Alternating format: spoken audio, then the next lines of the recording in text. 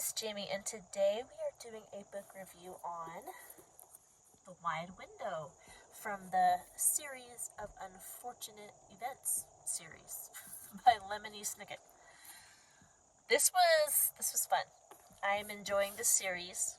I read books in between these. So like I read book 1, then I read some books, and I read book 2, then I read some books, and then I'm reading this one. Well, I just finished it. So if you don't know, if you're not familiar with the series of Unfortunate Event series, it's about Violet, Klaus, and Sonny Baudelaire. Their parents were killed in a tragic fire that also burned down their family home, and they're trying to be placed by a Mr. Poe. He's trying to get them a place to stay, a guardian to take care of them until Violet turns 18.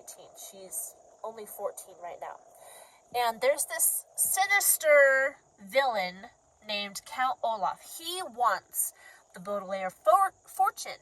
Each of these books, he shows up in some disguise. Because the first book, he's established as Count Olaf. He's the villain. He's trying to get the fortune, right? Then in the second book, The Reptile Room, he shows up as Uncle Monty's assistant. He's all in disguise, right? Well, in this book,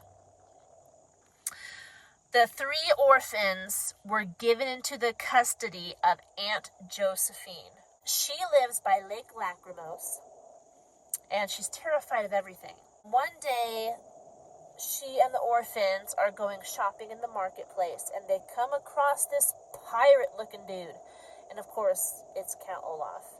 He's masquerading as Captain Sham, and he sells sailboats, or rents sailboats, for Lake Lachrymose. And I don't want to give away too much of the story because it's a simple story that is told with wit and humor and a lot of information for young readers, actually. But the book is about the orphans escaping Count Olaf's clutches again, and what happens concerning Aunt Josephine and her house and the lake and all this different stuff. It's a lot of fun. It keeps in with the feel of the series of Unfortunate Events, including all the grammatical and vocabulary lessons that it teaches. It often will put in a larger word than these readers might understand and define it. And sometimes he puts in like funny definitions where it does in a roundabout way define the word, but it's just humorous. But again, like I talked about in previous reviews, I do appreciate that Lemony Snicket does that he adds in these little lessons for young readers, and it's like they don't even know that they're being taught. I have a friend who read Lemony Snicket when she was younger, and she was watching my review, and I was talking about how Lemony Snicket puts in these grammatical and vocabulary lessons for kids, and she was like, I didn't even know that was in there. And I think that's the point. Like, the kids don't even know that they're being taught these vocabulary words and these rules on grammar because they're just enjoying the story so much. So I would definitely recommend these for younger readers. I looked up the reading level, and one source said 8 to 12 years old, which is roughly like 3rd to 7th grade, and another source said 5th to 6th grade. So, like I always say in my reviews, it depends on your kid and what you're comfortable with your kid reading. So keep that reading level in mind. But if you're on book 3, I think that you've already been reading the other 2, hopefully.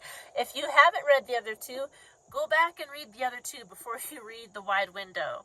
As far as what's inside the book, this book is 214 pages long. It was published in the year 2000, and it does have illustrations. So there's one. Let me see if I can find I like the illustrations. I think they go well with the story and with the feel of what's going on. That is Aunt Josephine's house. Her house is on the side of a cliff that hangs over Lake Lachrymose, which is very obviously dangerous. And it's just funny.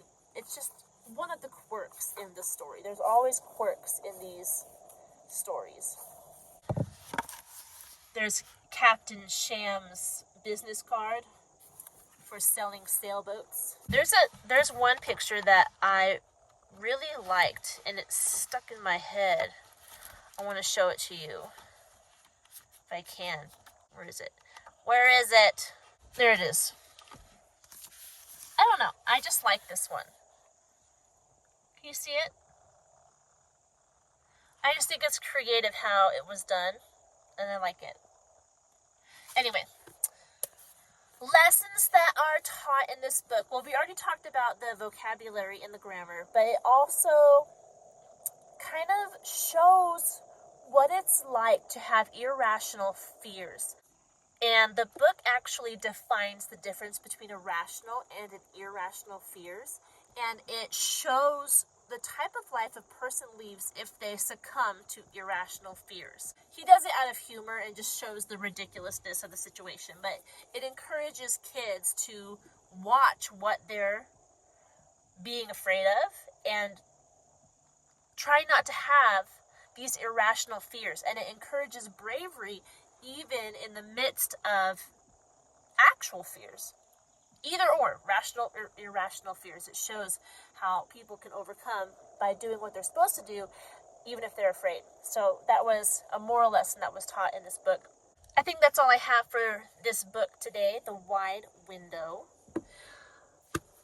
I am really enjoying this series, and I'm looking forward to reading the next one and bringing a review of it to you. If you have questions about this book that I didn't answer, please leave them down in the comment section below. And don't forget to like this video and subscribe to this channel if you want to see more content like this. I hope you're doing well, and I will talk to you in our next video. Goodbye.